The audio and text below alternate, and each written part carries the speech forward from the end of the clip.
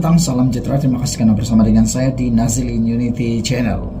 Yang paling mengejutkan kita hari ini ialah berkaitan dengan banjir di Kelantan. Banjir di Kelantan itu biasa saja. Banjir di Terengganu pun biasa. Bukan karena ianya biasa-biasa, tetapi sudah menjadi seperti lumrah untuk banjir berlaku di Terengganu dan Kelantan pada waktu musim tengkujuh. Namun kali ini yang menjadikannya amat pelik dan luar biasa menarik perhatian ramai netizen, khususnya para pemerhati politik dan pemerhati isu semasa di Malaysia, ialah apabila berlaku kejadian banjir yang amat maha dahsyat. Ada orang kata banjir di Kelantan maha dahsyat, lebih dahsyat daripada yang paling dahsyat, lebih dahsyat daripada tahun-tahun yang sebelumnya. Ini menimbulkan persoalan, sehingga saya cuba mencari apa yang dimaksudkan banjir di Kelantan maha dahsyat.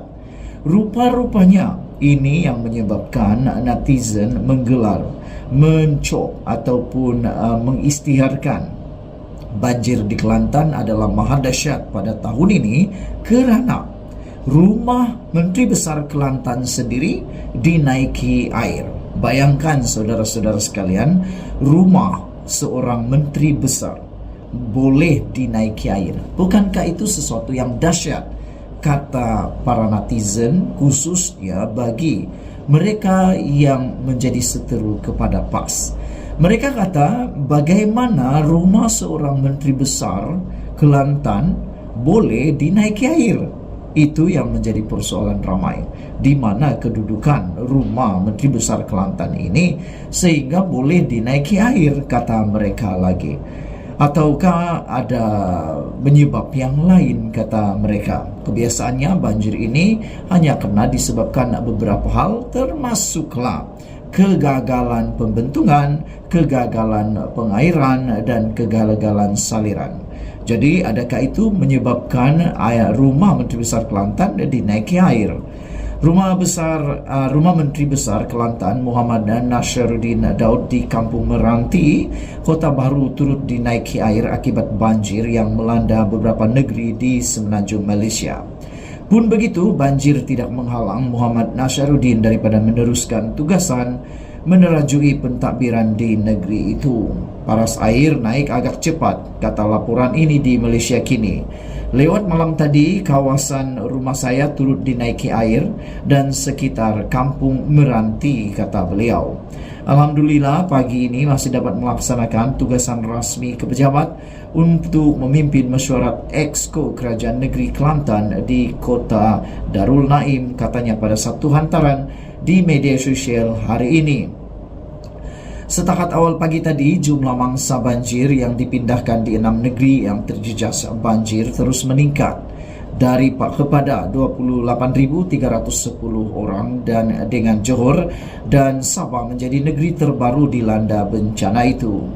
Pusat Kawalan Bencana Agensi Pengurusan Bencana Negara NADMA memaklumkan Kelantan kekal dengan jumlah mangsa tertinggi sebanyak 17.466 orang yang dipindahkan ke 89 pusat pemindahan sementara PPS, meningkat daripada 15.145 orang yang ditempatkan di 92 PPS pada 4 petang semalam. Di Terengganu pula, jumlah mangsa sedikit menurun kepada 10.103 orang yang berlindung di 113 PPS. Ini berbanding 10.199 orang di 125 PPS petang semalam. Begitu juga di Pahang yang merekodkan seramai 485 mangsa di 9 PPS berbanding 590 mangsa di 13 PPS. Selangor pula dengan 4 mangsa yang ditempatkan di PPS daerah Kuala Langat, manakala 2 negeri terbaru di landa banjir iaitu Sabah dan Johor masing-masing merekodkan seramai 169 mangsa di 3 PPS dan 83 mangsa di sebuah PPS.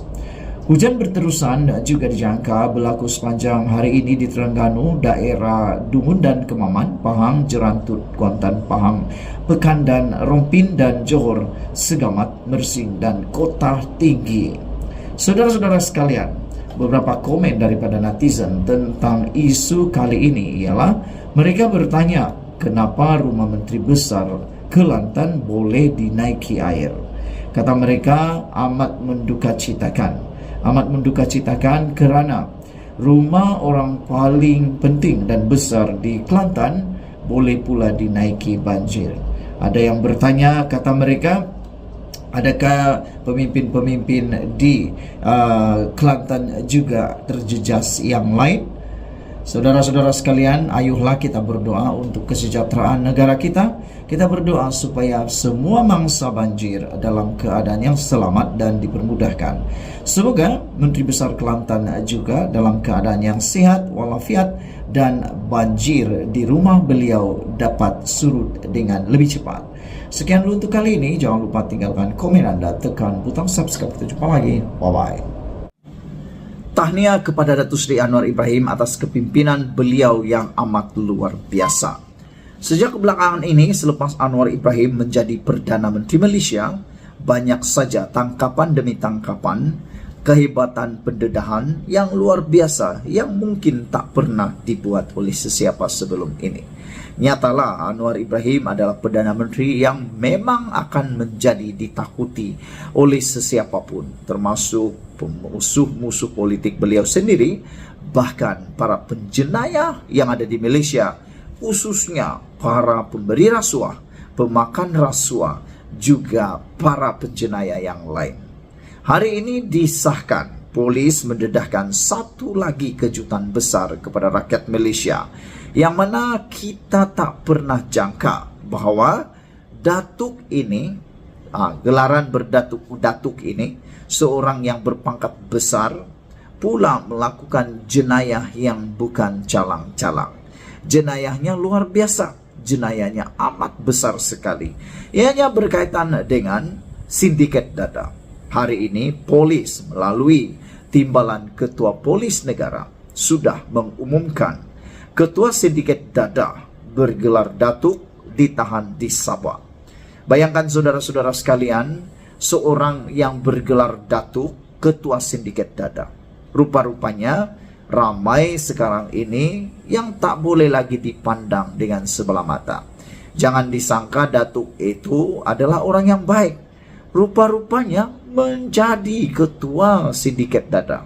Bukan semua, tapi ada 2, 3 orang, 4 orang bergelar Datuk, bergelar Tan Sri, bergelar Datuk Sri, melakukan jenayah yang bukan calang-calang besarnya.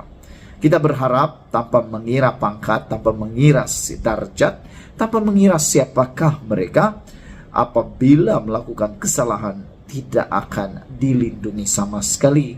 Mereka sama dengan rakyat Malaysia yang lain di sisi undang-undang. Ini satu teladan yang memang buruk, memang memburukkan, bahkan ianya boleh disebut kerana nila setitik susu sebelanga rosak.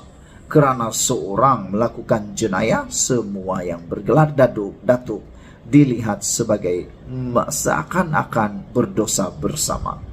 Apabila Ketua Sindiket Dadah bergelar Datuk ditahan di Sabah, wah ini hebat di negeri kami.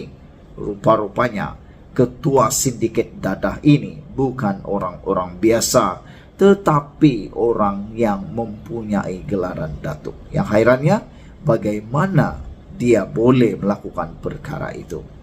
Ketua Sindiket Dadah bergelar Datuk. Antara 10 lelaki ditahan di Sabah kerana disyaki terlibat dalam sindiket pengedaran dadah terbesar di negeri ini. Timbalan Ketua Polis Negara Datuk Seri Ayub Khan Maidin PC berkata, kesemua suspek yang berumur lingkungan 36 tahun hingga 48 tahun itu ditahan semalam dalam operasi khas pada jam 2.30 pagi. Ayub berkata operasi itu melibatkan Jabatan Siasatan Jenayah Narkotik Bukit Aman dan Eastern Sabah Security Command atau ESCOM. Dalam operasi itu, beberapa serbuan telah dijalankan secara serentak di sekitar kota Kinabalu dan pantai timur Sabah, melibatkan daerah Tawau dan Sempurna. Sindiket itu dipercayai terlibat secara aktif dalam kegiatan pengedaran dadah jenis sabu sejak tahun 2015. Katanya dalam sidang media khas di Bukit Aman, Kuala Lumpur hari ini. Ayub Khan berkata hasil risikan mendapati sindiket itu adalah yang terbesar di Sabah dan mempunyai jaringan pengedaran tempatan dan antarabangsa. Modus operasi sindiket ini adalah mendapatkan bekalan dadah sabu dari negara jiran untuk diseludup ke pasaran di seluruh Sabah, terutamanya di pantai timur Sabah, selain Filipina dan Indonesia katanya. Menurutnya lagi, dadah berkenan dibawa ke Sabah menggunakan keldai dadah melalui syarikat penerbangan komersial serta kiriman kargo laut dan disimpan di Sabah sebelum diagihkan kepada pengedar sindiket sebelum diseludup kepada pembeli di Indonesia dan Filipina. Ayub Khan berkata dalam operasi ini polis tidak merampas sebarang dadah dan menyita aset kerana siasatan kes berkenan masih berjalan. Selain itu, siasatan awal mendapati ahli sindiket ini memiliki berbagai aset seperti kenderaan-kenderaan mewah, banglo, dan 12 syarikat perniagaan dalam bidang pelancongan, pembinaan, petrokimia, serta pembuatan serta rangkaian restoran katanya. Ayub Khan berkata ketua sindiket turut dikesan memainkan peranan sebagai penaung NGO bagi melindungi aktiviti haram. Menurutnya, suspek sama sebelum ini pernah dikenakan tindakan di bawah Section 3 dalam golongan 1 Akta Dadah Berbahaya Langkah-langkah pencegahan 1985. 9 lagi suspek antaranya berperanan sebagai pembantu pribadi, keldai dadah, penganggur, dan transporter. Katanya sambil menambah, siasatan kes itu juga menjurus kepada usaha merampas hasil daripada kegiatan haram yang dimiliki oleh ahli-ahli sindiket. Katanya siasatan dijalankan di bawah peruntukan Section 130V Kanun Keseksaan Kesalahan Jenayah dan prosedur pula adalah di bawah Akta Kesalahan Keselamatan Langkah-langkah khas 2012 SOSMA. Siasatan di bawah SOSMA adalah bagi membolehkan pembenterasan kegiatan jenayah berkaitan sindiket secara menyeluruh katanya lagi. Ayub Khan berkata siasatan juga senang dijalankan di bawah akta pencegahan penggubahan wang haram, pencegahan pembiayaan keganasan dan hasil daripada aktiviti haram AMLA TFPUEE 2001. Polis turut menyiasat penglibatan sindiket dalam aktiviti penyeludupan kontraban serta barangan bersubsidi dari Malaysia ke Indonesia dan Filipina katanya. Saudara-saudara sekalian, ini memang betul-betul mengejutkan kita. Harapkan pagar-pagar makan padi. Diingatkan sudah bergelar datuk dapat menunjukkan teladan yang baik, dapat membantu masyarakat, dapat membangun Malaysia. Tetapi rupa-rupanya bukan semua datuk seperti itu. Ada datuk yang dilaporkan ini ditahan di Sabah kerana ketua sindiket dadah.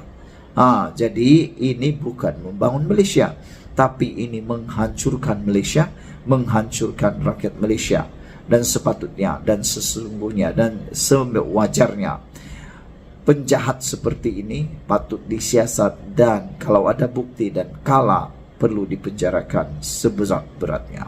Sekian dulu untuk kali ini. Jangan lupa tinggalkan komen Anda, tekan butang subscribe. Malaysia kita punya, kita jaga sama-sama. Cinta Malaysiaku. Bye-bye.